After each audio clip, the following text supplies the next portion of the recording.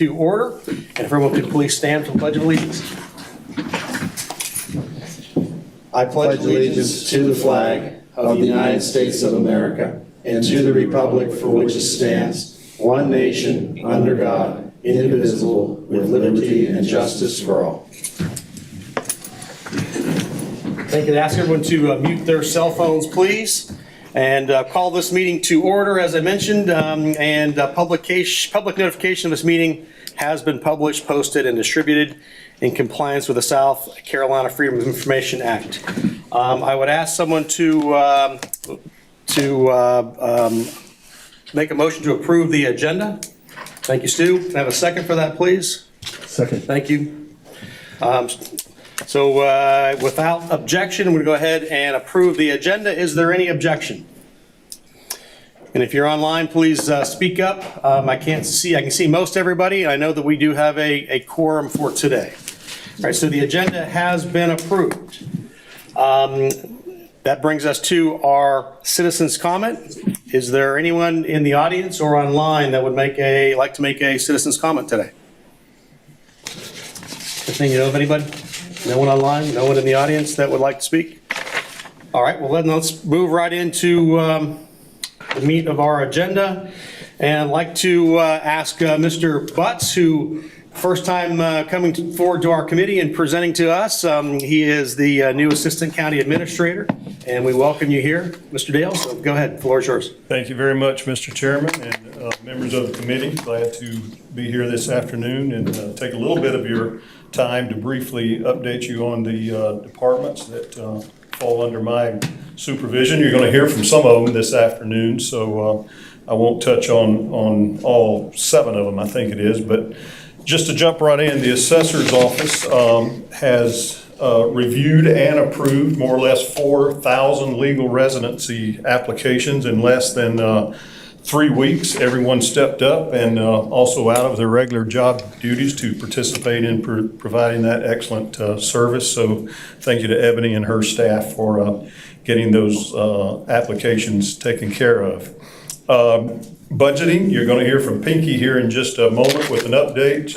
I do want to tell you that she and Shannon put together a great PowerPoint presentation on October the 6th to kick off our budget season. That was attended by department heads and elected officials, and Pinky will be providing updates throughout that entire budget process.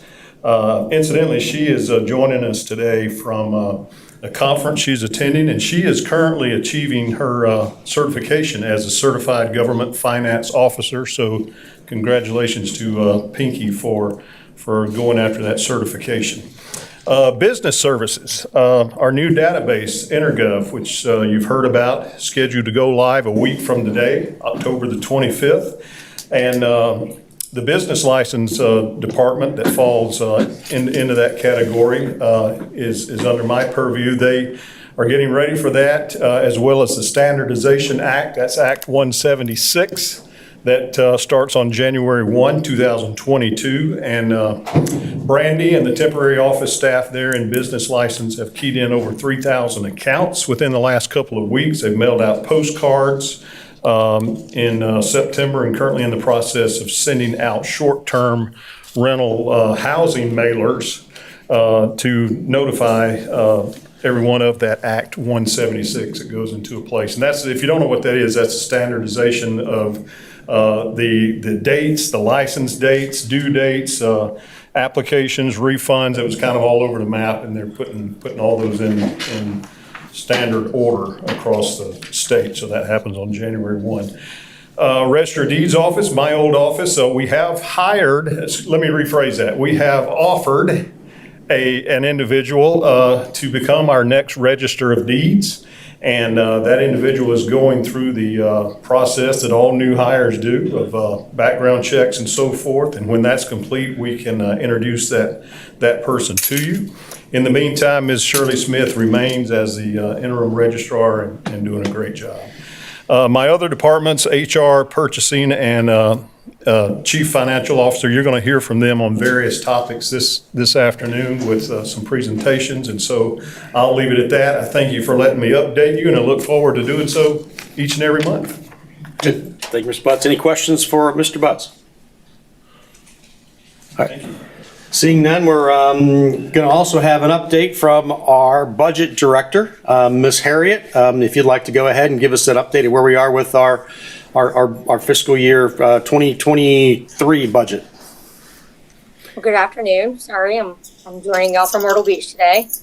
Wanted to, as Dale mentioned, we have already done our budget kickoff. It was on October 6th. We had every department head attend along with their finance person from their departments, and I feel like it went off pretty good. We also had a separate session later that afternoon for elected officials. Jared, Brittany Fields, and I have met to start cleaning up some of our capital items. We will do our capital requests are due on November 30th. So we're really going to try to do a 3-year capital plan to kind of wrap up some old projects that are still on the books. And then just a quick reminder for council that the budget retreat is coming up on November 3rd through the 5th. ACAs and department heads are getting their videos and goals together. And I believe our theme is going to continue from last year of live, work, and play. And we are going to do some with some regional collaborations, hopefully, to improve our alliances with other municipalities and counties. Other than that, we are getting ready to start preparing for that. If there's anything else that I can answer, any questions so far? Any questions for Ms. Harriott? Thank you very much, and we look forward to the budget. Actually, our workshop coming up here soon. So thank you. And let's next turn it over for an update from our CFO, Mr. Williams, if you would please. And then obviously, I think you've got our first agenda item, so we'll keep you up here for that next. Kind of rolling it, Chairman. Good afternoon, Councilman. We have a new face out in the audience today. I'm very pleased to announce that we have our new finance director. You want to come on up? Oh, you're not just want to sit there. Come on. This is Denise Christmas. She's coming to us from Calhoun County. She is a graduate of Limestone College. She has her CGFO, her Certified Governmental Financial Officer license. She's been in government finance for the past 22 years. She started with us last week and came back today, which I was very happy that she came back over the weekend and didn't reconsider. But anyways, if you'd like to say something, go ahead. I'm just happy to be here, and I want to thank you all for having me. And it's been an interesting week, to say the least, but we are rocking and rolling. I've already had a first staff meeting I called last Wednesday, and what a great group of individuals in the finance department, and we plan on really making a huge change very soon. So I've got a goal, 6-month goal, and then I have a 1-year goal. So you're going to see some things happening that are very positive very soon. Thank you. Good job. Yeah, thank you, Ms. Christmas. And we're happy to see a South Carolina resident. The more people we can get that are from the area here be part of what we're doing. So thank you. Yeah, I'm very impressed with what she's done to date, but she's been here a week and came back, and that's good. We've also hired a new AP clerk, Vincent Jones. I'm sure Patrick's kind of a little bit mad at us because he's coming over from IT, and he should be starting by the end of the month. We have some vacancies out there right now. We have the senior accountant listed, and we're trying to get an administrative assistant listed too. Right now, we're preparing for the year-end audit. We're trying to get schedules prepared for the auditor via SuriLink. They're planning on being here about middle of November to start doing field work. So we're rapidly working on that right now. That's really all I had for my announcements. I can just go into the financial statements, I guess, if y'all don't have any other questions. Any other questions? Mr. Williams? If not, Mr. Williams, go ahead and go to our number 7 on our agenda items. It is number 7, discussion and presentation of year-to-date financial statements for fiscal year 2022. Correct. I just prepared for this year, this month, I prepared the financial statements as of September 30th for the general fund. Revenues are about 8.4 million out of 132 million. Obviously, we're seeing lags. We're sending the treasury, the tax bills will be sent out here shortly, and we should be seeing revenues start to come rolling in between now and the end of the year. The one thing that's really far off is the intergovernmental due, that's funded on a quarterly basis. We should be getting receipt of that sometime this month. I don't think we've actually gotten it yet. Charges for services, I hate to say, Register of Deeds is still outperforming way above where they have in the past, which has been great, a great source of revenue. But that leads us into expenses, and we have expenses of about 34 million out of 132 million. The total budgeted expenditures to date, we're off by about 1%, so we're pretty close to where we thought we should be. The budgets, if you look in the detail, we're rolling in the carryover budget, but when we had to go to press, we hadn't actually had them in, but they will be in there by the next reporting period. And then it's just kind of the same thing. Public health is exceeding spending expectations due to the quarterly payments to Beaufort Memorial and Beaufort Jasper Comp Health. And there's a capital outlay item in there that was coming over from the carryover. And that's basically about it for revenues and expenditures, unless y'all have any questions. Any questions? Anyone online have anything? No, sir. Looks like everyone's good. Mr. Hayes? Thank y'all. Good. Let's go ahead and move on to number 8. And it is the presentation, classification, and compensation study. And Mr. Marshall, were you going to do the presentation or give the update on this, or who was going to? I'm sorry. Catherine Mead with HR. Mr. Marshall had jury duty today, so he's not with us. I think Catherine Mead is on. She'll introduce Angel from Evergreen. Yes. Good afternoon, Chairman, members of the committee. Thank you for allowing us to speak today regarding the overview of the classification and compensation study that we have been conducting over roughly the last 16 months for the county. We've been working alongside with Evergreen for this, I think I've lost you here. The screen changed on me. We've been working alongside with Evergreen, and we have Miss Angel Yazbek today to do a short presentation of those findings for you. But I do believe you've been provided a full detailed report, and we will be available after this short presentation for any questions you may have. So with that, I will turn this over to Miss Angel if you are online. Yep, I am online. Can you all hear me? Yes, ma'am. All right, wonderful. Can you see the screen okay? We can. Your starting page is up. Yes, ma'am. All right, wonderful. So I will go ahead through the presentation, and I ask for efficiency. You wait to ask questions until the very end. Without further ado, it's my pleasure to present to you all the findings of the compensation and classification study that we conducted for the county. And our agenda for this presentation is first I'm going to give you a brief overview of the study process, go into high-level findings of our senior leader outreach, high-level findings from our assessment of current conditions, as well as the county's compensation philosophy, our findings from the classification review, compensation review, as well as reveal to you the new pay plans.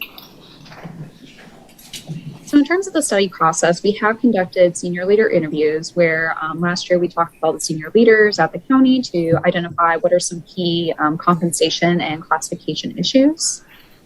We also did an assessment of current conditions of the current pay system, so looking to see how salaries are progressing across the various pay ranges at the county. We've also reviewed the county's compensation philosophy to see where's the county now and how the county would like to progress salaries in the future and what are their goals and intentions for compensation moving forward. We conducted an internal equity analysis by reviewing job assessment tool or JAT input, in which we asked employees to provide us some feedback on their duties and responsibilities for their positions, as well as we had the supervisors review that job assessment tool input. In addition to that, we conducted an external equity analysis by surveying the market to determine the competitive salary ranges as well as benefits offerings. Based on those findings, we revised the pay plans to be competitive with the market, individually assigned classifications to the appropriate pay grade or pay range based on our analysis of the job assessment tools as well as the market data. And then we developed some optional methods for implementing the revised pay plans. We provided training and study methodology to HR, as well as prepared and provided the final reports.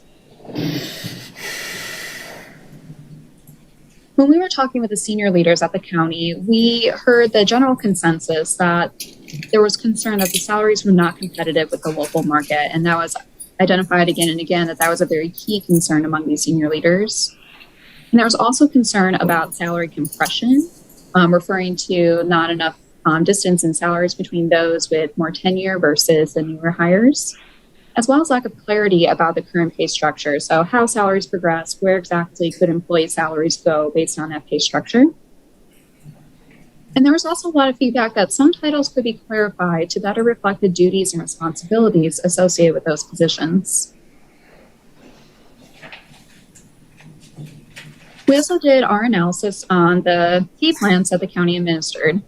So there was a general step plan for general employees with 31 grades and 21 steps with an approximately 1.03% increase between each steps. And then range spreads of 55%. So range spread simply means was that difference between the maximum and the minimum. And then we also did the same analysis on the shift step pay plan for the employees working 24-hour shifts. And that has 7 pay grades with 21 steps with the same design overall, 1.03%. Step increase, range spreads of 55%. Now, when we looked at both of those pay plans, we found that quite a few employees had salaries below that midpoint.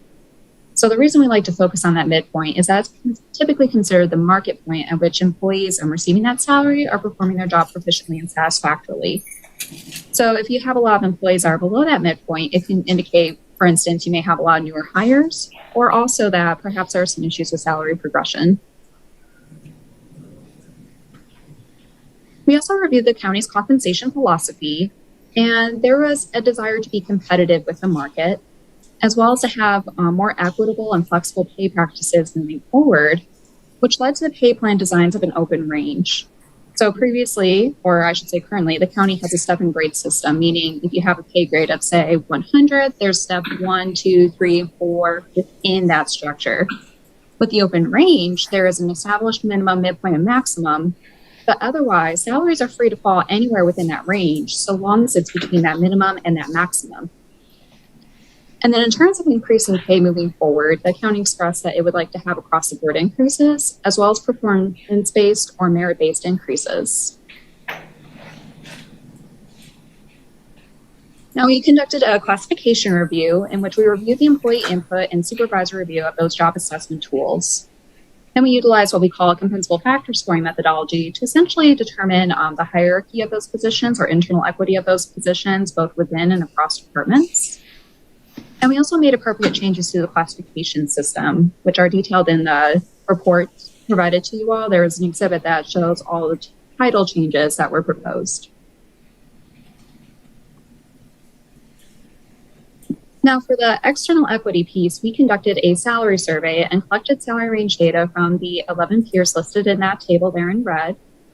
And we collected information for 44 benchmark classifications, representing a cross sample of all departments across different pay ranges. And so the average number of matches was 5.5. And this is because not all peers are going to have exact matches for all the classifications, but it's still a very robust sample that we obtained for the market analysis.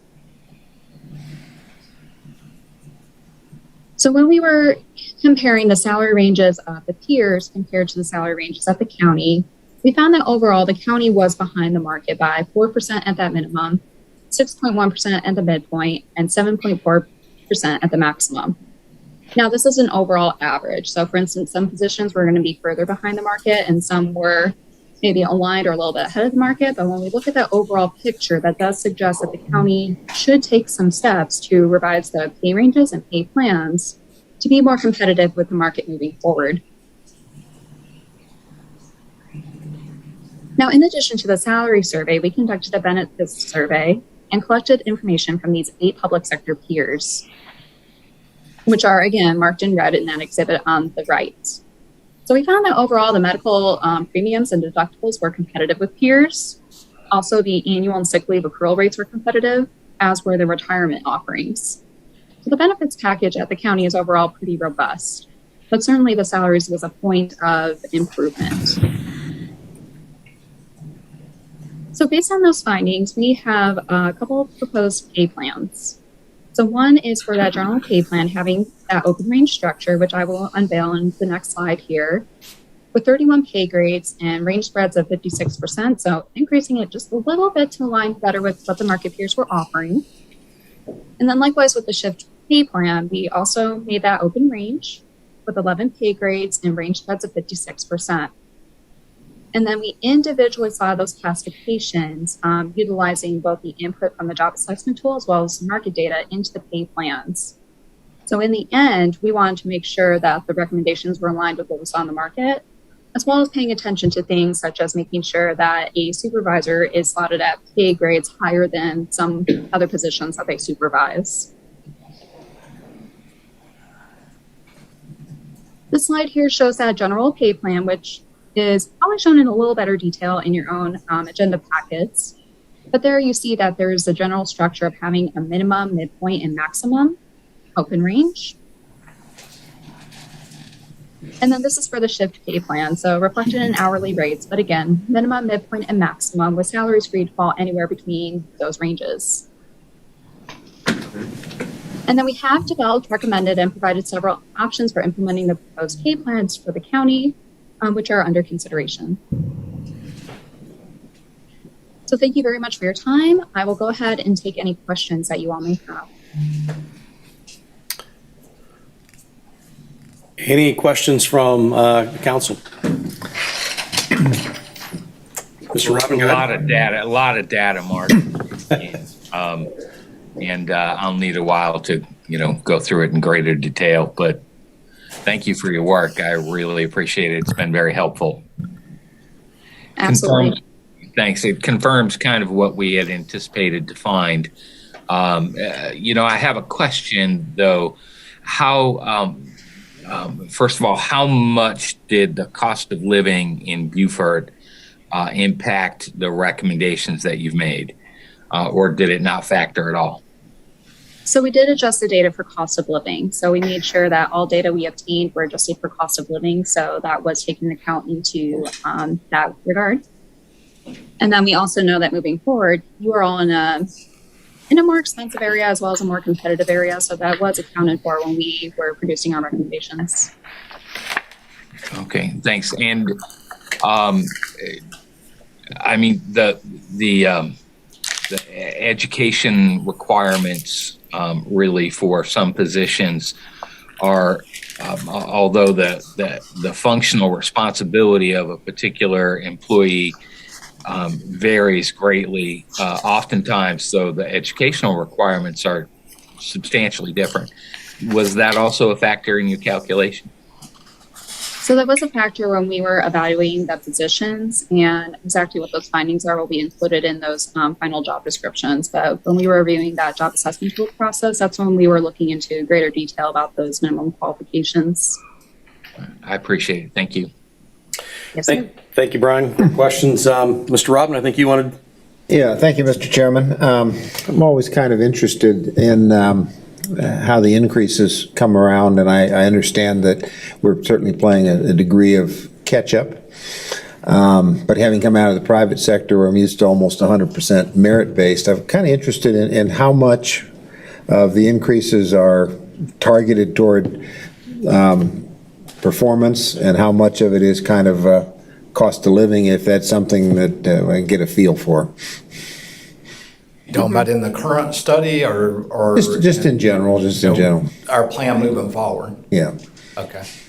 Our plan moving forward will be that we keep this study after you all adopt it on track through a combination of merit and COLAs moving forward, because it doesn't do us any good to do this study and get it approved if we don't keep pace with where people ought to be through some sort of combination of merit and COLA moving forward to keep this study accurate as we move into this year, next year, and beyond. We don't want to be here 3 or 4 more years saying, well, our comp and class study is outdated, so we need to redo another one. Yeah. Looks like a very solid report. And the only reason I asked the question is, my personal belief is, the more we do performance-based, that you end up paying the high performers better and less apt to lose them, as opposed to cost of livings tend to reward the lower performers. That's right. So it's just a philosophy. I understand. Mr. Chairman, I appreciate it. Thank you for the study. I must commend you on the STEP process. I think that's very merit at this time for us to move into that direction. And I also like the trying to keep a range of 56% there for between employees for longevity that's been here with us. Unlike Mr. Rodman, I'm not a proponent of performance based simply because of a lot of biases is there, in my opinion. And as long as we can guard against the biases when it comes down to performance based, I think it's a great tool to use, but we need to make sure that we eliminate as much of the biases as possible. I've been in South Carolina all my life, and one thing I know about South Carolina, it's a good old boy system. And if you're not a good boy, you don't get no performance pay. It has nothing to do with your performance. That's just a statement I would make there. I am curious about the average salary before the study and the average salary that you're projecting going forward. And the reason I'm concerned about the average salary, I'm more concerned about the mode than I am the means, because a lot of the employees on the bottom echelon are the ones that are not looked at favorable, and I hope that this report will move those employees up to a point that at least we can have a good feel for employees in our system who are working for us, having the ability to afford a house. And we have employees, the last time I was told that about 70% of the employees working for us could not afford the affordable houses in Beaufort. So I think we're doing our employees a disservice when we cannot at least have them move into a direction that they can afford a house. So I'm just curious about where we started and where we're heading, at least for the average salary. I know I'm not concerned about the top echelon, but I am concerned about the bottom echelon. That's it. I'm gonna let Angel and Catherine handle that. I don't know if we know the answer to that. So, Angel, do you know that? So I know that with the proposed ranges, a lot of those salaries, especially in the lower end of the scale, will be increasing quite a bit because we are keenly aware of there is that demand to have more of that, what's being called the living wage salary, whether that's $15 per hour or whatever that living wage is. We're keenly aware of that. So based on those ranges, we are going to have a lot of increases on that end. In terms of what the actual final projected numbers are, I don't think that's been determined quite yet, but I'll let Catherine kind of speak to that a little bit more. Yes, I can give some more information to you, but I can confirm our minimum wage went from $10.34 up to, I believe it's $12.64. Angel, you might have had that number in the slide there. So I can confirm the very minimum wage for the county did increase roughly $2.30 an hour. But if you're wanting some further information on a county as a whole, specific positions or grades as a whole, I can certainly get some information over for you for review. Thank you. Yeah, and then Councilmember Glover, with any study like this, of course, you get the overarching. Angel and them did a great job with Evergreen, but there's little details that are unique to us in our system that we are having to tweak, and we'll be doing that with this year's budget. To give you an example of this, one of the things that I think is an issue with the study that you're looking at, Dave, versus our reality here is that The study recommended that our code enforcement officers, that people are out doing zoning violations and things like that, make more per hour than the folks that work in our detention center at an entry level. And to me, that's a problem, given the demands of each position and the security necessary and things like that. So we're going to be bringing some additional tweaks as we discover these things to you all as a part of this budget year to kind of further refine all of that. So anyway. Thank you. Any other questions from any committee members? If I might, Mark. Yes, Mr. Fallon, go ahead. Final thoughts for me anyway. Obviously, I'm impressed by the amount of work that was done, and like everybody else, am concerned about the impact of our current economic, area, the way we are right now, what we anticipate as far as inflation, et cetera, and its impact both up and down the entire range of our employees. So, but also we always have to worry about the impact to our budget, and so I'm really anticipating final thoughts. What's the cost? What's the plan for implementation? Should we decide to move forward? And let's see where this goes. Where do we go next, Eric? Yeah, so essentially what happened is you all already have approved the salary aspect of this with a part of the budget this year. So that's been done. The employees have received their increases as of July, the last paycheck, or the first full pay period in July. They received their increases as recommended by the study with the approval of the budget.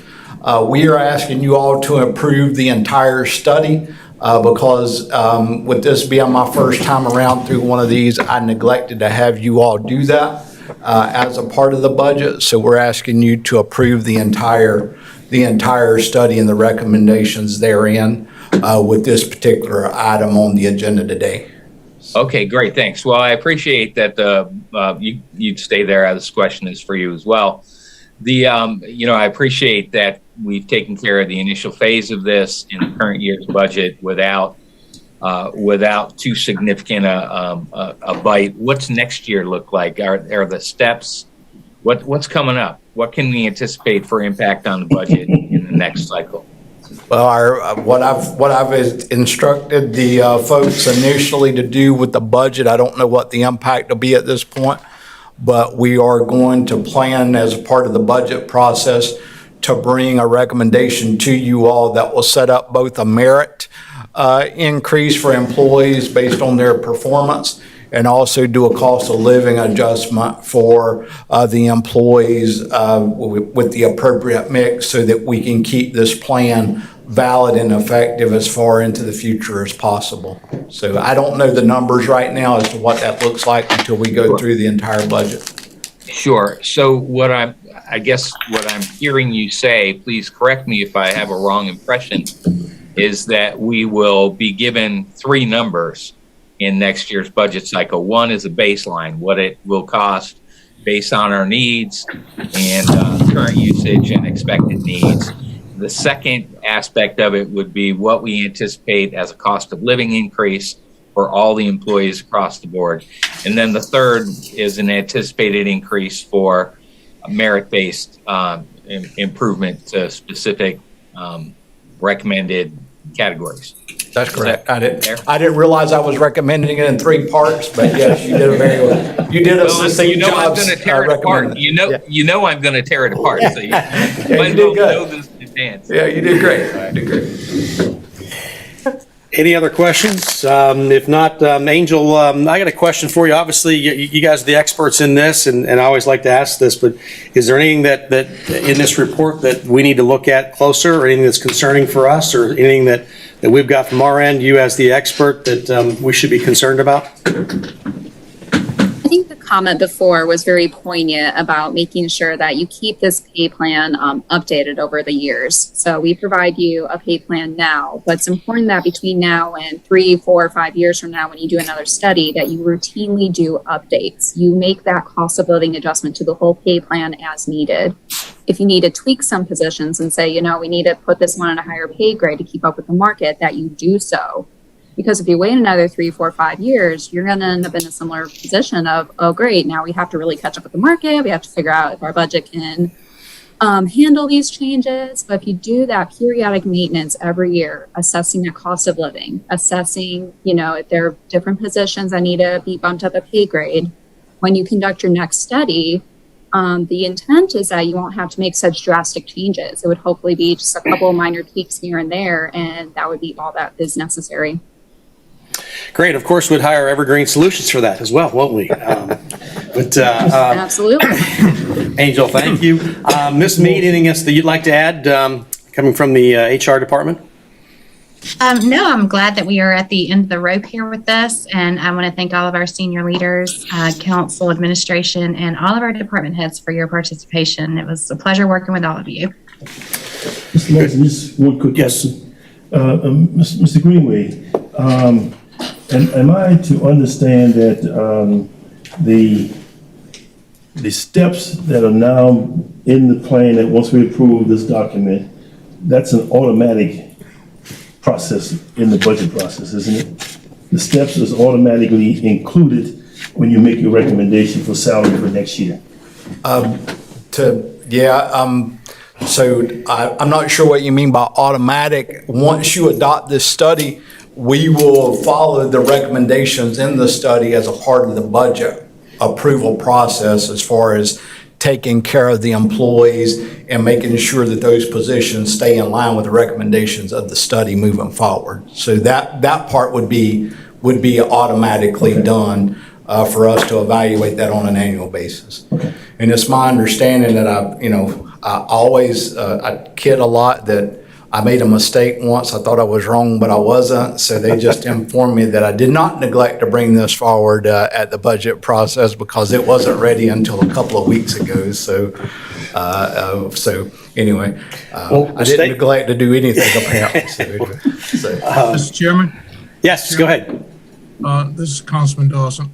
I appreciate the amount of work that our HR and the consultant did in getting this information, this report to us.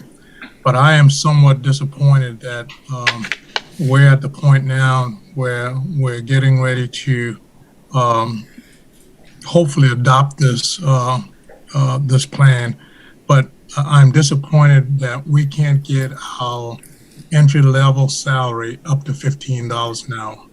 I mean, we're at $12.36 for our minimum wage, and until we reach the threshold of starting our minimum wage employees at $15 an hour, I don't think we're doing a great service to our employees on the lower wage of the totem pole. I mean, That's my point. Yeah, would you like for me to respond to that? Yeah, yes, sir, good. If that's a direction you all would like for us to consider, we're happy to undertake that as a part of the new budget review process and make a recommendation to you all on what that might look like. As far as the budget process that we're getting ready to enter into. And I think that just speaking out loud here is the fact that I think it'd be good to have that, obviously, for Mr. Dawson, and let him see that.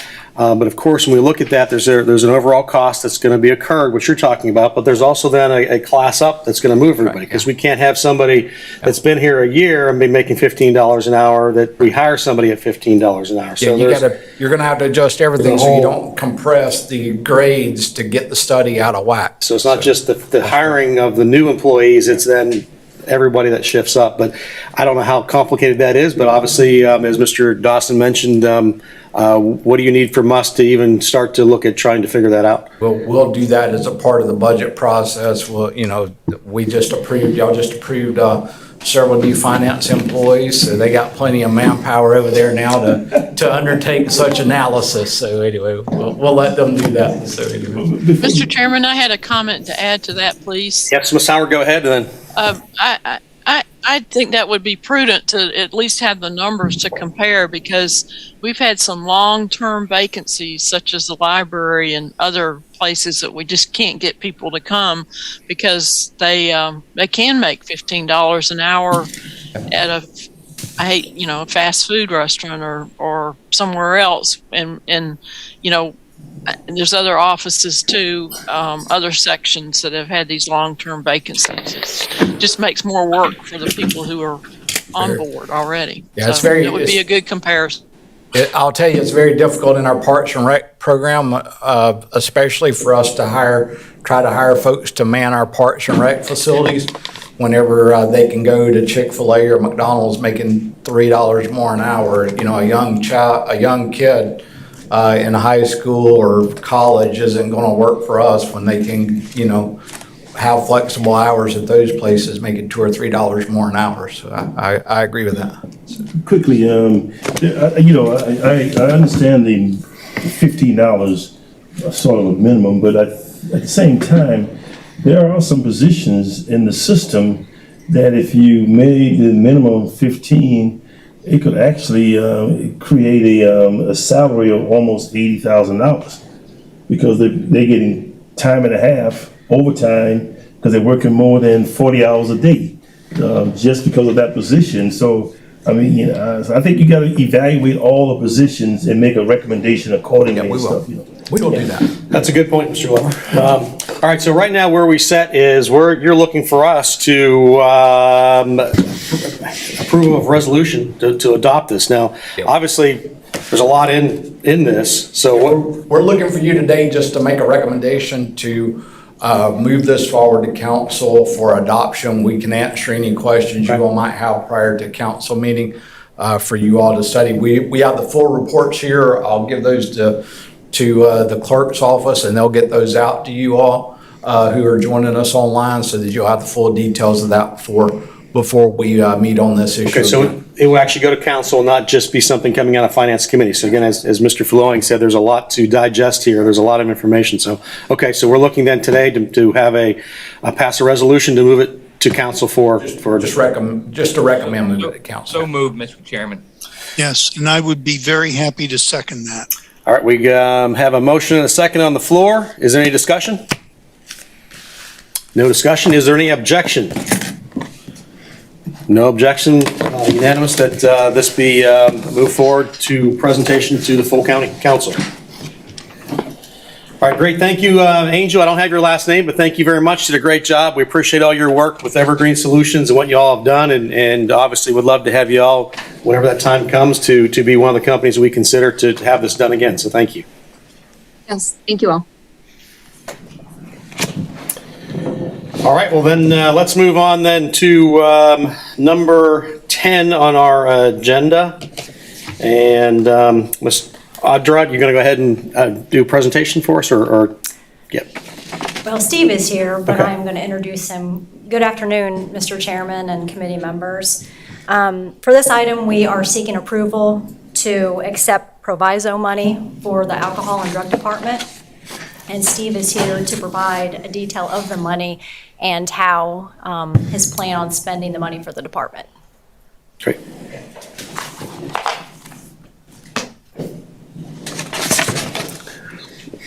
Mr. Donaldson, welcome. Appreciate you being here. It's becoming a habit. Good afternoon, and thank you for letting me have a little time today. So the General Assembly passed Proviso 118.18, which was actually lobbied by the Behavioral Health Services Association of South Carolina, basically to benefit the alcohol and drug abuse departments that were harmed by COVID. Some of the discussions that took place during that advocacy was that we are being hard hit with difficulty engaging, retaining, and doing sufficient capacity building of our staff. We asked for $5 million. When I say we, they did, right? I'm just a director who's who's a member of that association. So we had a good advocacy that asked for $5 million. They gave us $2.5 million. And of that $2.5 million, through the allocation process, we came up with our portion to be $79,212. So because BHSA is not a government entity, the Department of Alcohol and Other Drug Abuse Services became the entity to actually be the conduit to passing the money, and then I would do reporting back to them both quarterly and annually. So I got my marching orders last week, which was to say you need to provide a plan for us by this coming Friday to say whether or not you want this money and to develop a plan with goals and with success criteria. So in the backup, I presented that to you, which is basically fundamentally the cornerstone is engagement ideas, retention, and capacity building. So just so you know, I've been advertising a counselor position since last year in November. It's still not filled. I have another counselor position that's vacant with 0 applicants since June. And that counselor is supposed to work in the school system, and the school has been saying, we need a counselor. And we do. And one of the things that I am going to encourage you to do, considering to allow us to give signing bonuses, is because I'm going to be competing with every other drug abuse department in the state that's likely to do that. So to be competitive, I put signing bonuses in there for those 2 positions, not that it's going to be sustaining for the future, although I do understand that they're going to ask for more Proviso money for this next year, but who knows.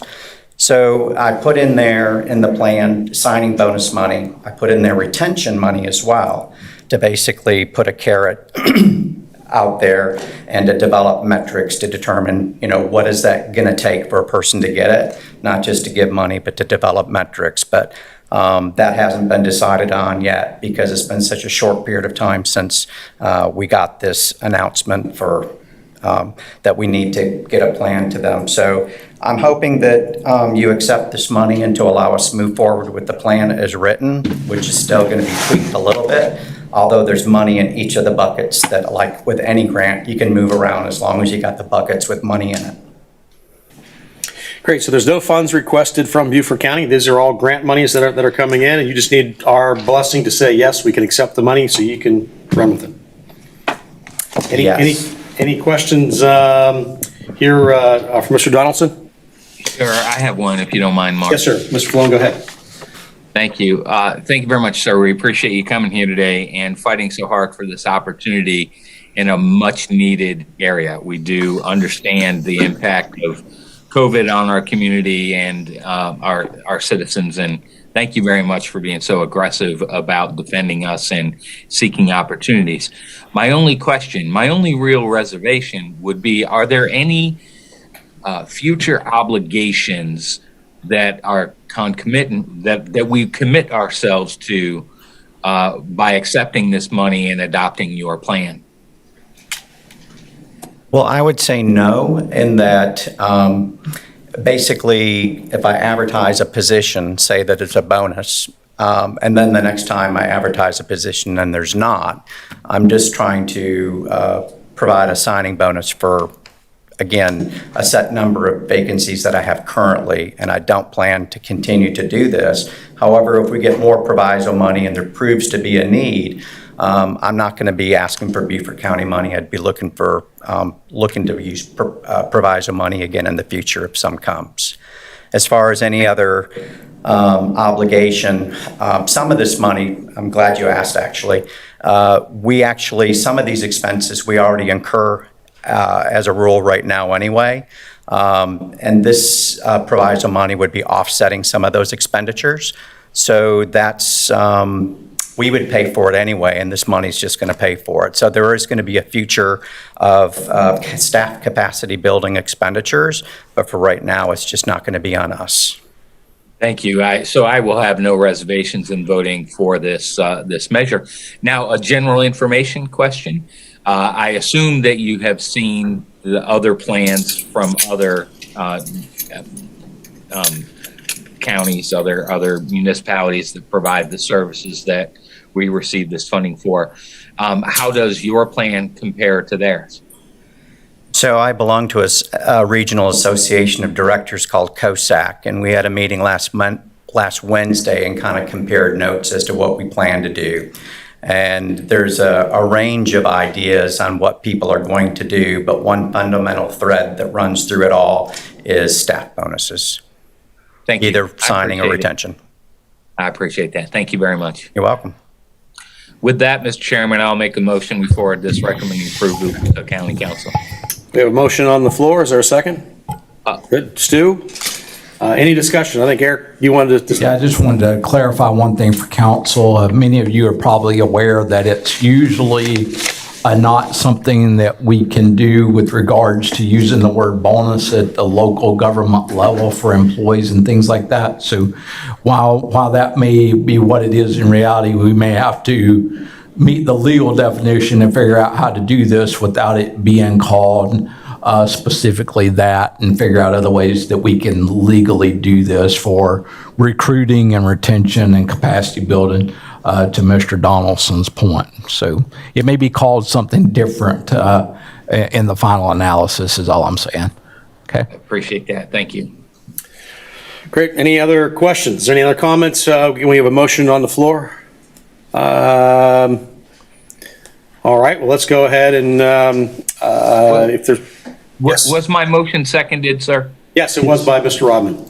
Thank you. Here, and all right, good. So we do have a motion and a second, and if there's no objection, we'll go ahead and pass this without objection. Any objection to anybody? All right. Yes, it has passed. Mr. Donaldson, thank you for all you do, and again, as Mr. Flowing said, we do appreciate everything. We know what we've been through, what you've been through, and what's been going on, and again, we appreciate everything that your staff does. So tell them thank you. Thank you very much. Thank you.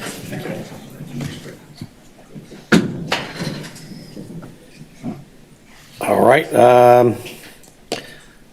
Kind of move things along here.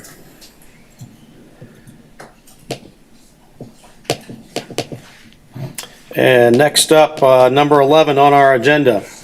Approval for an ordinance changing Beaufort County's procurement code, Division 4 concerning approval thresholds and additions to the current exemption section. And I know that we had started this last spring, and I think we were so understaffed and tried to move forward with it, and it was kind of more than we could bite off more than we could chew at that point to move forward. So, and I know this is something that obviously has been in the works. People have talked about it, and today I'd like to look at it. Have Mr. Thomas go through it. I don't want to get into the real details of whether it's $49,000 or $50,000 and the details of those amounts, but let's just go ahead and get the presentation and then look at the whole amount as described. So go ahead, Mr. Thomas.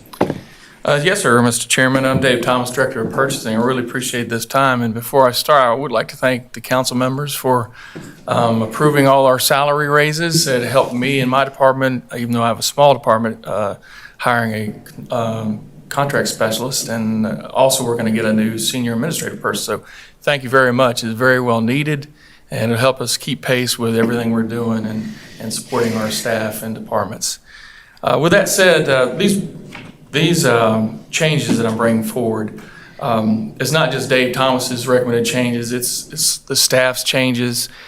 We have 28 years of experience with Kirk Taylor, your county attorney. He's been involved with presenting recommended changes to other counties and similar organizations. I myself has done this as well.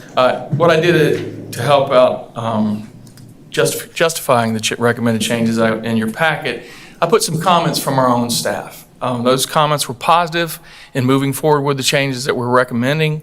And then keep in mind, the changes that we're recommending are not going to be basically, we won't approve anything as far as contracts or a procurement as long as the budget has been approved. So anything we're going to do in these changes, the budget is going to be approved, will be approved before we make any of those changes or we sign off on a contract. And the bottom line is what it's basically doing is providing a little bit more authority. I call it from my old military days is power down. Let your leaders, you pay our county administrator and staff, we pay them a lot of money to manage your county. And so these changes will allow them the authority to get some of these small projects moving forward, getting them completed a lot faster than we've done in the past, because we're waiting around on meetings to get those approved. So with that said, in your packet, you should, I'm not going to read them to you. There are comments from department heads, comments from assistant deputy administrators, basically saying that our changes are in line with what similar organizations are doing, and it'll help them on their daily jobs and getting those projects done. But going back to what Mr. Chairman was wanting me to do, I'm basically going to go through some slides that I had a little help from our deputy administrator put together in Excel, and to basically talk about the changes that we'd like to make. So the first one talks about the department head thresholds. We're recommending those change up to, for a department head, up to $15,000. Now keep in mind, that's as long as it's in their budget and has been approved by county council. The next one, and if you look at across the board, we show you similar entities, what they're using, and so on. So basically it just puts Beaufort County in the middle of the pack as far as authority for department heads. The next one is, if you want to move to that, is the person and budget director. Moving that to $50,000, anything below $50,000, we can approve as long as it's within budget and it's been approved by council. We can move it forward. Now, of course, I always say that myself, the budget director, the finance director, chief finance officer, and the ACAs, we're all gatekeepers. We want to make sure that when we're spending money, we're approving projects, that we're in line. We're fair and reasonable with the county taxpayers, we're fair and reasonable with the vendors, and nothing gets approved without it going through the right process. So you won't be getting any surprises when we make these changes. And then at the end of the day, I think the county administrator provides you with a monthly report on what we spend anyway. The next area that we want to change is the advertising threshold. As you know, with COVID-19 and availability of supplies, it just keeps on going down and down. Advertising, raising it a little bit higher, basically frees up more time. We still are competitive, we still get price quotes, so we'll still be getting those price quotes and remain competitive. We just don't have to spend the money on advertising, and we can get the process. Once we get those price quotes, we can go ahead and move forward with the project. So that'll help us in the future, and again, that will not be approved unless it's in budget. If it's not in budget, we'll go to the budget director. If the budget director cannot find the money in our fiscal year, we'll bring it back forward to council and ask for approval or a budget amendment. Next threshold we're talking about changing is making the county administrator moving his authority up to $100,000. This is something I brought back to you in February, but we still think it's a best practice to use. It's what other similar organizations are using in our local area. As you look at that pie chart, it puts us basically almost in the middle, but we're not quite there. But we believe that it'll be able to save us more time getting our projects done, taking those small purchases, procurement projects, getting those approved and done by executive staff. In summary, if you want to take a look at that, you can look at the last slide. It just kind of shows you what we're thinking about changing. If you so desire and vote to move this forward to council, is on the next slide. And like I said, it's just in summary, it's just raising the county administrators to $100,000, committee up to $200,000, and everything over $200,000 is at full council. Some other areas that I think that are necessary, because right now it's not practical for us to go out and when I say competition, every time we go out, even if we just get one quote, we still keep in mind, is that price fair and reasonable? We try to keep it like it's our own checkbook. We're not going to pay for anything that's not reasonable and not fair. But we want to move some of our items that's on the list where it says additional exemptions. P.O. box rentals are basically only one place that you can rent a P.O. box, and it's the U.S. Post Office. That's gives a fair and reasonable price. We want to add that to the list. Aircraft maintenance. You have to have a required FAA mechanic to do that on our mosquito control wing. We have helicopters and prop aircraft, and most of the time we only get one price, one maintenance person that can do it in the southeast. So we'd like to move that to the exemption part of the code. Legal fees. It's kind of like A&E fees. You can't really compete on price. You have to compete on the service. And right now, our county attorney and our county administrator basically can't approve the legal service that we need to get. But also, if we're going to request legal services, it has to get council approval as well. But we want to make that exempt as far as the price is concerned, so we don't have to go out and get quotes for legal services or make it part of the workflow, approval flow. And last but not least, other changes are if we're coming and bringing about a contract renewal, as long as there's no major changes, we'd like to provide the county administrator approval to sign off on those renewal contracts. So that'll save us a lot of time.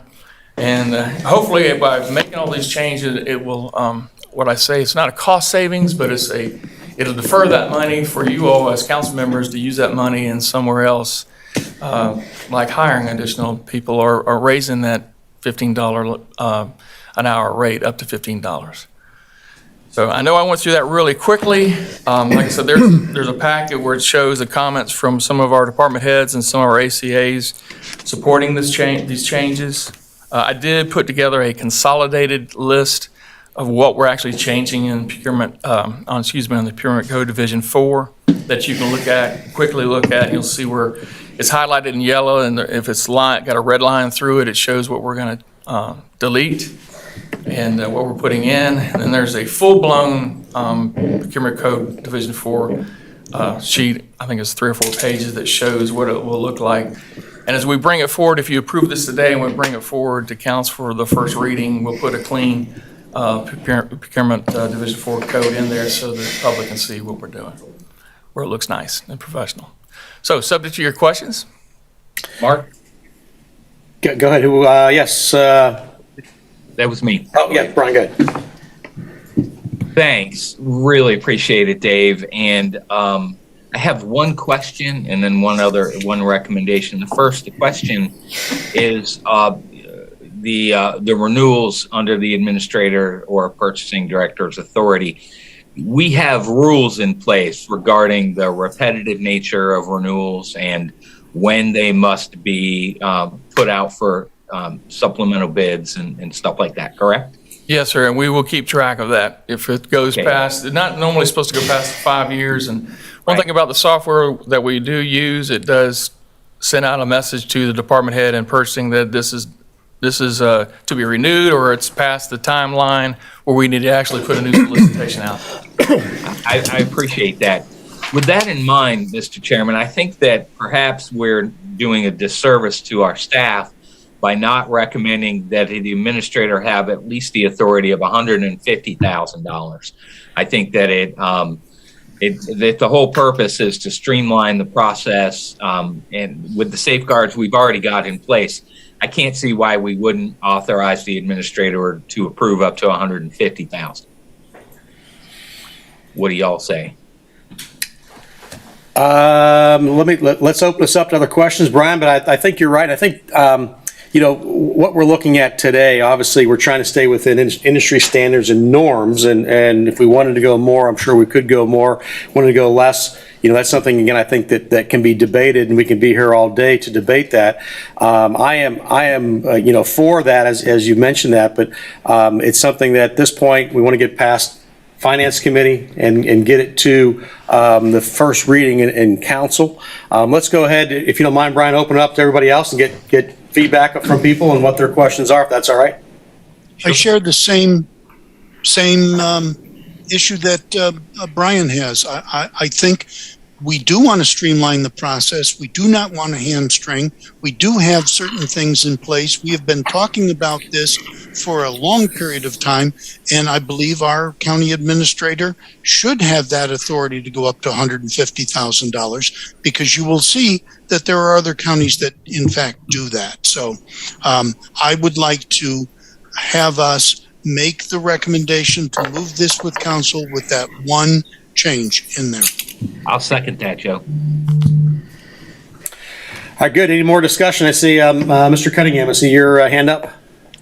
Yeah, I didn't get the entire presentation, so I'm going to abstain from this vote. So just when you guys do go forward with it, please don't count my number for or against, if you could. So I don't want to support is not anything when I didn't hear all of it. I just want to make that known. Thank you. Okay. Thank you, Mr. Gunningham. Yes, sir. Thank you, Mr. Chairman. I don't, Brian, I don't really have a problem with $50,000, $100,000, $150,000. I think I saw a county there with almost $500,000, I think, or something like that. It's for me, it's more of a check and balance and accountability and the fairness in the system. So I'm gonna speak in that vein. And one of the things that disturbed me, and I'm just gonna, it bothered me, I've never mentioned it, I'm gonna say it now. During the bid process, and you have bid evaluation, I noticed that an evaluator may give low marks, points, and then give high points on a favorable person. And I look at the other sort of evaluators, and they sort of even board or fair is not that much of a big range. So I'm concerned about that. You know, sometimes when you do an evaluation, you know, sometimes you take out the high marks and your low marks, you throw it out and you average the rest. That gets away from anybody who may be sort of prejudiced in the process. You know, so I wish you would find a better, not a better way, but to monitor that as much as possible. That kind of, you know, those things kind of disturb me. What also disturbed me is, you know, if you trust your, if you can't trust your administrator, you really don't need to have that person in place. If you can't trust your staff, you don't really need to have that person in place. Dave, you're the point person right now because you're the purchasing agent. And, you know, we don't have a good, and I think the Finance Committee recommendation a couple of weeks ago talked about whistleblowing, making whistleblowing a part of our process.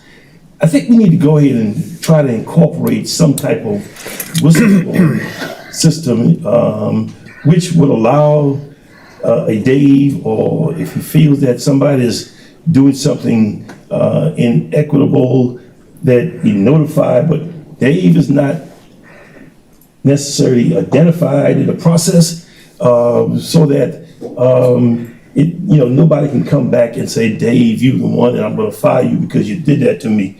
Right. I think we need to put safeguards in the system to make sure that we have fairness above board, and moving forward, we don't have to worry about a contract being done and there's manipulation happening in the system. That's my only drawback or, you know, concern. Yes, sir. Thank you very much, Mr. Glover. If I may address that, we do have safeguards.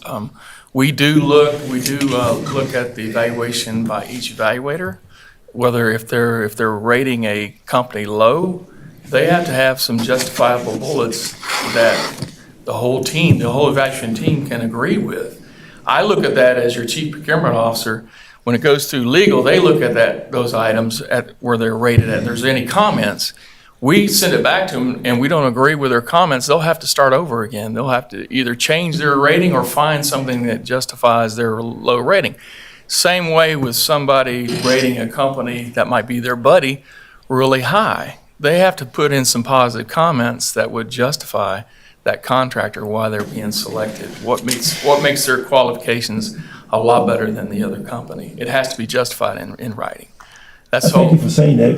The only problem is that we don't see that on our. You don't, but we can start talking about, you know, why this company was so much better. I would know that. I know Jared Fraley does a very good job of presenting our recommendations, especially because he does a lot of RFPs for the PSC committee, and a lot of times, you know, and you can really tell if a company is really didn't put together a good proposal by not only looking at the proposal they present, But also if they get selected for an interview, we can tell if they're up to the job or not just by talking to their staff. So there's a couple of areas that we can catch, the good companies versus the companies that are not so good. I do understand your question though. But I think with all the checks and balances that we have, besides not only just for budget, the county administrator, the deputy administrator, the ACAs now that we have on board, we all have a lot of experience in doing business and keep the favoritism out of the business selection process. I think I'm very confident that we're doing that. We're keeping that out, the favoritism out. Unfortunately, we just don't have a lot of vendors out there on the street these days that actually put in proposals for us. So we have to deal with that also. But thank you very much, Mr. Glover. Yes, great question, Mr. Glover. Stu, you had something you wanted to add? I do. I think I'm very much in favor of what you're proposing, including the suggestion for a higher amount for the administrator. If memory serves me correctly, I think I initiated this in the last round about 8 or 10 years ago. Two items. One, on the renewals. We tend to rubber stamp those. But I think the real advantage of the renewals coming to a committee is it provides an opportunity if any member says, hey, we're renewing this particular contract, maybe we ought to go back and look at something. So I'm kind of think about whether or not it makes sense to have the renewals approved at the committee level and not just out of sight of council for a number of years. The second one is relative to items that are out of budget. What I've seen a lot of organizations do is essentially you just go at 50%. So if the administrator could do 150 in budget, then you just say, okay, he could do 75 out of budget, and then you don't have to come back to council. So that'd be a suggestion that I might make to all of us to streamline what you're trying to do. Yes, sir. And we can do whatever the body would like for us to do. But, all those small procurements I'm talking about, they wouldn't need to come back in front of council because the county minister would have the authority to approve them anyway. Right. So, okay. Great. Good. Thank you, Mr. Rodman. Any other questions from committee members, council members online? All right, so there was a suggestion by Mr. Flewelling, which I said then let's get some input back, but we had a motion by Chairman Passament that we would go ahead and approve this, but add or increase the administrator's threshold to $150,000. That was seconded then by Mr. Flewelling. So is there any discussion regarding that motion that has been made and seconded? No discussion. We'll go ahead and I know that Mr. Cunningham said he was going to abstain. So besides Mr. Cunningham's abstaining, is there any objection to us moving this forward to County Council for the first reading? Seeing no objection, it passes Finance Committee. Thank you all. Thank you, Dave. All right, number 12.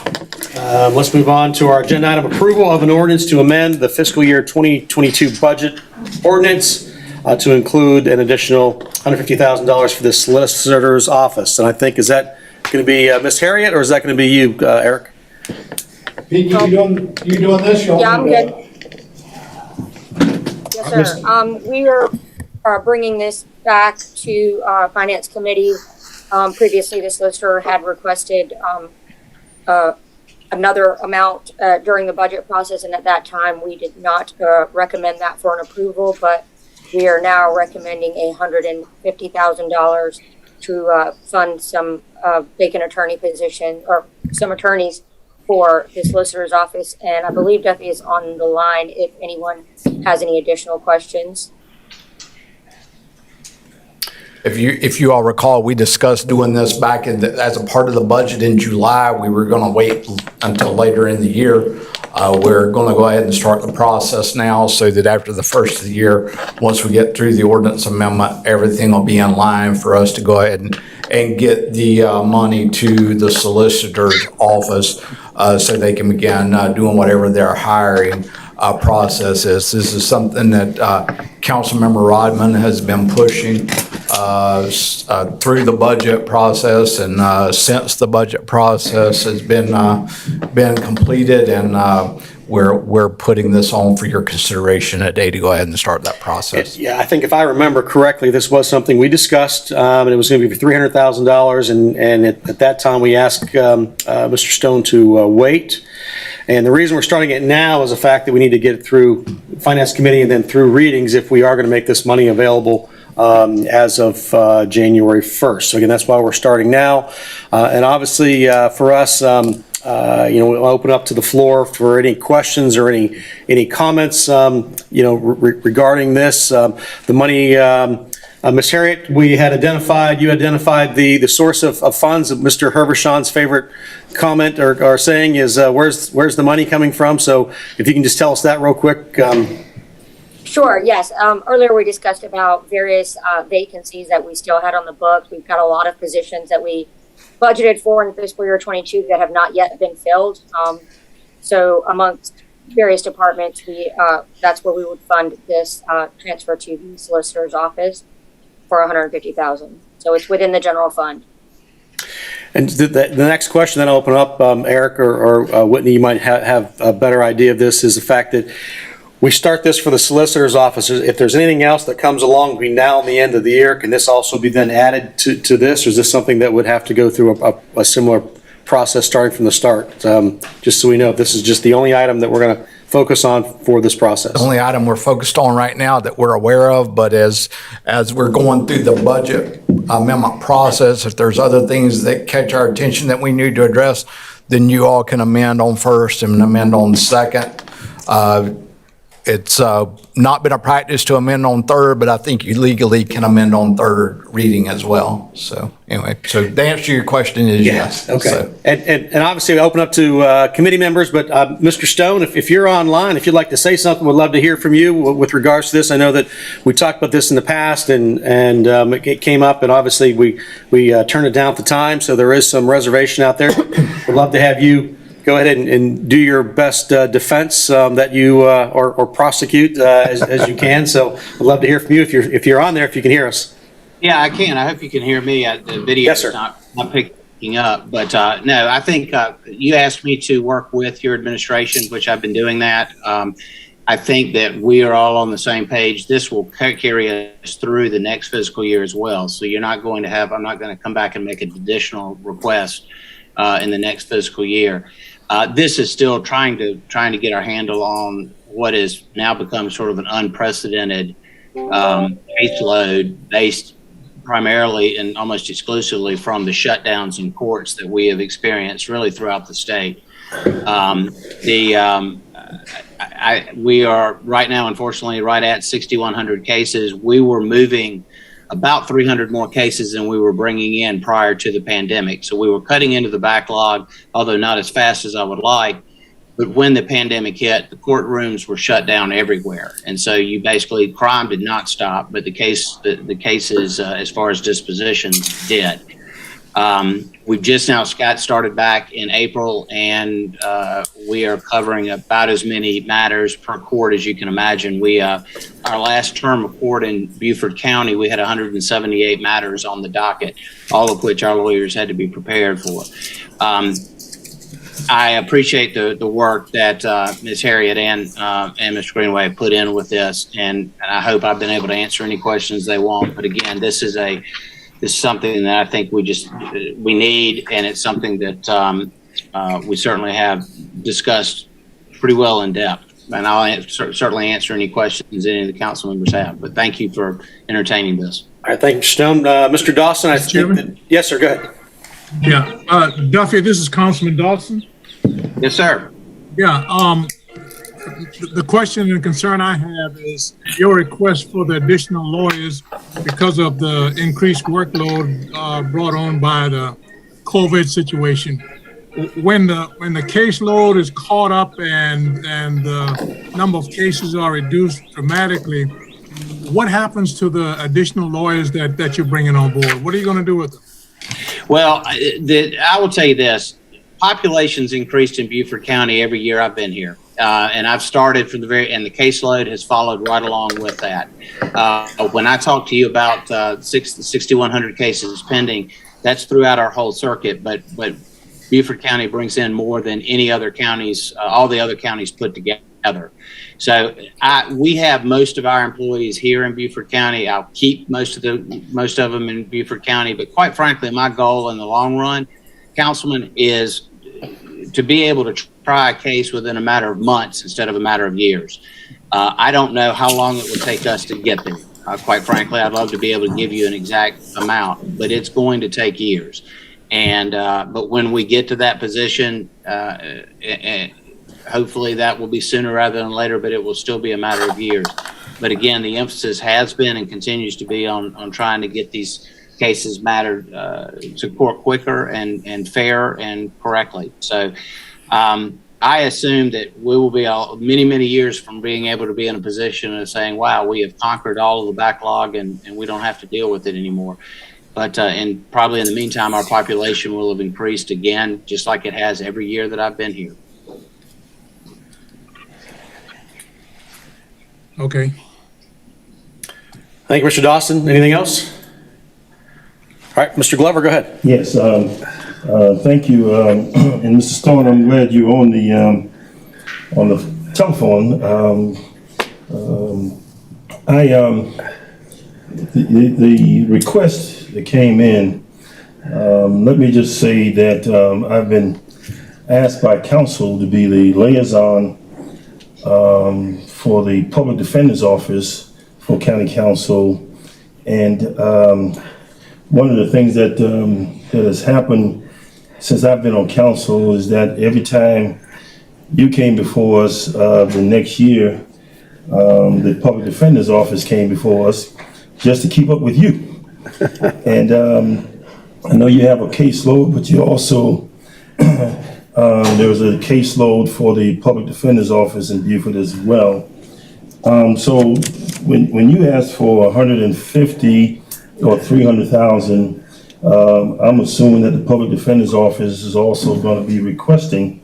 And I can say right here to council that there is a request that will be coming. I don't know whether it was in the budget process or not, but the Public Defender's Office is just trying to keep up with you, Mr. Stone, as far as your salary. They can't keep up. They can't compete at this time in Beaufort County, trying to get good and seasoned attorneys. So the struggle is there, and I do support you doing your due diligence as far as prosecuting, but I also got to uphold the Public Defender's Office as well, because in most cases they are handling the least among us and trying to get them a fair trial. And the problem right now with the Public Defender's Office is that they're basically paying bare minimum, and they're just keeping, it's hard for them to keep senior employees, attorneys. They're getting young attorneys out of law school, which they really can't do a good job of representation. So I just want to go on record saying that as you move forward, there's another group out there. I'm not going to say that they're your opponent, but they're on the opposite side because they're trying to give a fair trial, and not having good attorneys or having enough attorneys, they're not able to keep up with you. So you're putting the pressure on the system to move forward equitably at this time. So I'm going to stop right there, Mr. Chairman. As this go forward, I can tell you and be assured that the Public Defender's Office also is going to be looking for additional compensation just to have their salary commensurable to others, so that they can actually have senior and try to retain as many lawyers as possible in the process. They're training for others at this time, and they need to have senior attorneys as well. So I'm going to stop right there. Thank you, sir. Good point, very well spoken, and obviously, today we're just voting on the solicitor's office, but after your speech, I'm sure we might hear from somebody else. Yes, sir. But, all right, Mr. Rodman, you wanted to... Yeah, I think York raises a very valid point, and I would welcome staff having a conversation with the defender's office, to address that, because both of them are dealing with the same thing, is that you've got to have enough people so you can prepare the cases, because the court sets when they come forward, and so you want to prepare them before the cases get cold, and secondly, you've got to be ready to go whenever the court says come forward. So I think he makes a valid point, and I would hope the staff would take a look at that, and perhaps if there's an argument for it, we fold it into at this point in time. Mr. Chairman? Yes, Mr. McKellen, go ahead. Yeah, I'm going to oppose this effort to obtain more funds, double what they're requesting now, because it'll be 150 plus 150 for 300. Back in when we were preparing the original budgets for July 1, I asked a number of questions that still remain unanswered from the solicitor's office, about a dozen of them, before we voted on whether or not to approve the request then, and that request was denied. I don't think that it had anything to do with the fact that I didn't get the answers to the questions that I requested, but I still don't have those answers, so I'll not support this request for additional funds. Thank you, Councilman McKellen. Anybody else that would like to speak? All right, seeing no one else, and again, today we are looking at someone making a motion to move this to council, and I think even if we approve this today and it went to council, 3 readings would end up sometime right before the end of the year, sometime in December. So again, there is time as we move through this, whether it's to push this forward or not to push it forward, and then also, as we mentioned, the Public Defender's Office. So today we are looking for someone to make a motion for an ordinance to amend the fiscal year 2022 budget to include this and move it to County Council for first reading. So moved, Mr. Chairman. Thank you. Is that Logan? Thank you, Logan. Cunningham. Yes, sir. Mr. Cunningham, and is there a second? I'll second. All right. Mr. Robin has seconded that. So we do have a motion and a second on the floor. Is there any discussion? Any further discussion? All right. Do we need to take a roll call vote? Is there, obviously, Mr. McKellen had mentioned that you were going to object. Is there any additional objections to this? I'm going to stand with Larry this time. Well, let's go ahead then and do a roll call vote at this point. Mr. Cunningham, you were the made the motion. Yes. Mr. Robin? Yes. All right, and then let's go through Mr. Flewelling. Yes. All right, Ms. Howard? Yes. Mr. Dawson? I'm going to support this with the intent that when the public defenders come forward, we will be receptive of her presentation and her concerns as well. So yes, I'm going to vote this at this point. I'm going to vote for this at this point. Thank you, Mr. Dawson. Mr. Passman? Yes. All right, Mr. McKellen? No. Mr. Glover? No. All right, I think that is everyone besides myself. The chair votes yes. I've got it as 7-2. Is that correct? All right, the motion passes. It does move to County Council for first reading. All right, and let's move on then.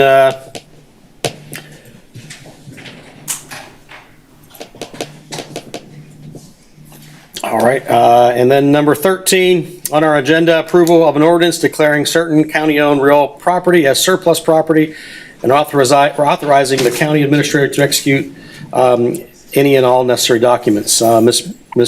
Ward, glad you're here today. We might be able to cut this down a little bit, sir. I make a motion, we approve it. Approve the list. I'm all for that. We got a second from Mr. Rodman. Is there any other discussion? Just one question, where does the money go? Back into the general fund? Yes, sir. Okay. All right. Yes, Mr. Dawson, go ahead. Yes. Brittany, most of these properties in my district in the Pages Point area, and these are properties that I wasn't even aware that we, the county, had these properties until we got the package to show us what we're dealing with here. None of these properties are near the water to provide any water access. Is that correct? There is one on the list. It is 465 Page that is in a subdivision. We were provided that property back in 1989 as an exchange for some road development. That is the only one, and that one is only 0.9 acres. But again, it's in a subdivision. Was that the one we discussed earlier this year? Yes, sir. All of these properties were also previously discussed at the workshop we had in August. Okay. So, in your professional opinion and your staff and the county administrator, you don't think that we would ever have any need for these properties, any use for these properties from the county's position? They have been reviewed by staff and with the administrator previously, yes. Okay. All right. Thank you. Any other questions? All right, is there any objection to us moving this forward to county council? All right, no objections. Ms. Ward, sorry that got those couple sentences there. And Brian, thank you for moving things along. I'm always glad you're back there to help do that. All right, so at this point, that is the final item on our agenda. Any other comments or questions from council before we adjourn? I think we probably need about 5 minutes between public facilities, so Tiffany, is that about what we need? So we'll reconvene in about 5 minutes or so, Mr. Chairman. All right, so that'd be 3:37. Meeting is adjourned. We thank you all for being here today.